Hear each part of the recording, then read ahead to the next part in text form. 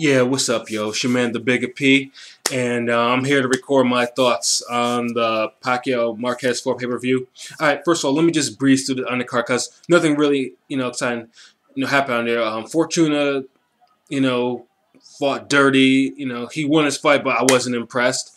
Okay, and then what was it? The second fight, Vasquez needs to not be on any more live cards ever again. And I was disappointed by Hester too, because he couldn't figure out how to stop, how to stop Vasquez from circling his right all the time, and couldn't do nothing. Like he was overwhelmed by everything. I was really upset about that. But like I said, Vasquez, someone needs to take the title off him because, like I said, I can't, how many fights I've seen him live on TV and he's just stunk out the joint. Period. And the Gamboa fight, well, first of all, that layoff was good. I mean, Gamboa needed the rounds, but he looked like, first of all, he was like, was it 130 fight, and he's coming in at 148. Come on now, no, that's no good. He was slow, timing was off, and the dude that fought him, he came to fight. I was impressed because he showed determination and actually, he showed a lot of determination actually coming, trying to make a fight, and even scored a knockdown on him and Gamboa in round 9. So I can't really fault him. I mean that fight could have gone either way to me if Farinas, had more. I mean, he probably could have ended it in round 9 if he just went to the body after the knockdown. But Gamboa needs a lot of work, and judging by he made absolutely no technical changes, and after the fact he's getting older, they might want to keep him away from any power punchers, for the next 2 or 3 fights, So now on to Pacquiao Marquez.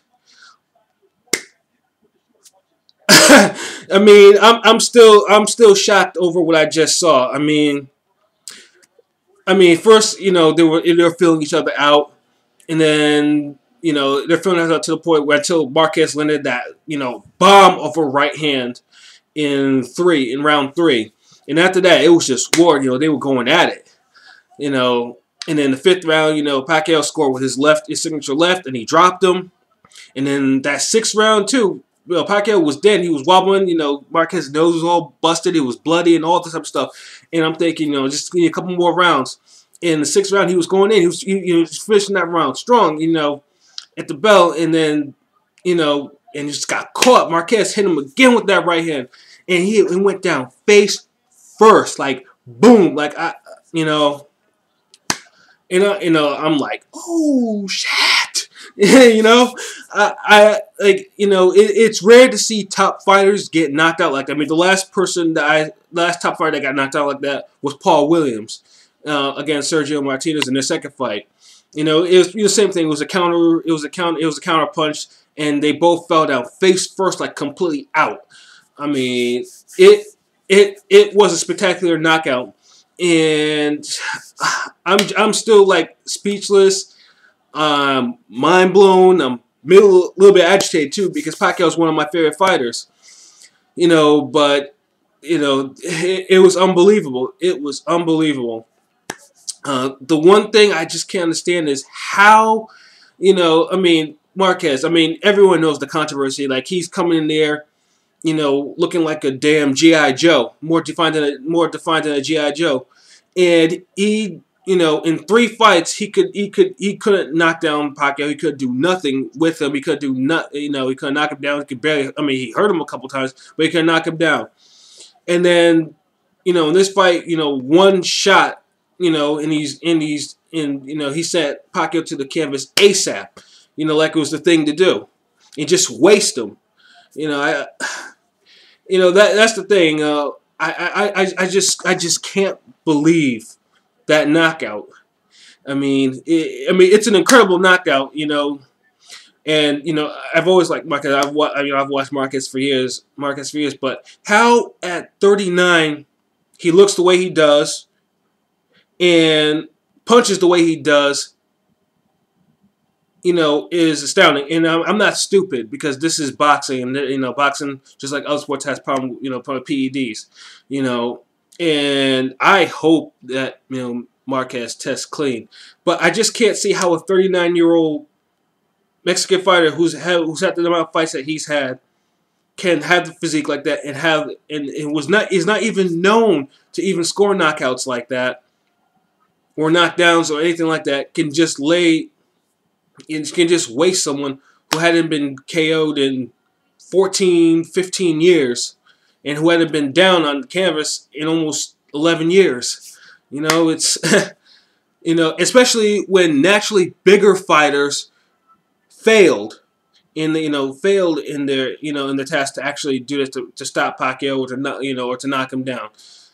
I mean, this fight will probably change a lot of trajectories in terms of future fights, but one thing's for sure, Pacquiao Mayweather is probably now it's a dream now, unless Floyd in his next fight gets KO'd. In that case, it's just like, yeah, we're gonna get this money. We both got KO'd. We had nothing to lose now. But yeah, this fight definitely has changed the direction of boxing, and it's going to be interesting to see what's going to be the aftermath of this.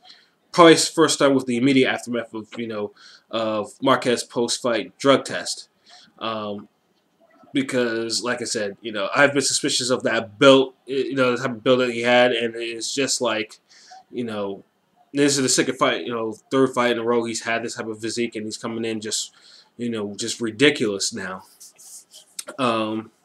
As for Marquez, Marquez will probably get some fight.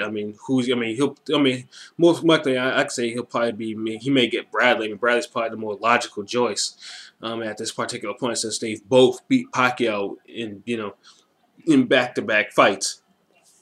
Although I already said my views on the Bradley fight, I'm not. I discredit that fight. That fight was not on the level at all. And like I said, as long, I guess, if Marquez passes his drug test, he goes on to that and probably gets another big fight. As for Pacquiao, like, where do you go? You go to the drawing board. You have the type of career that he has, and he's, there's always the rematch with Bradley or whatever.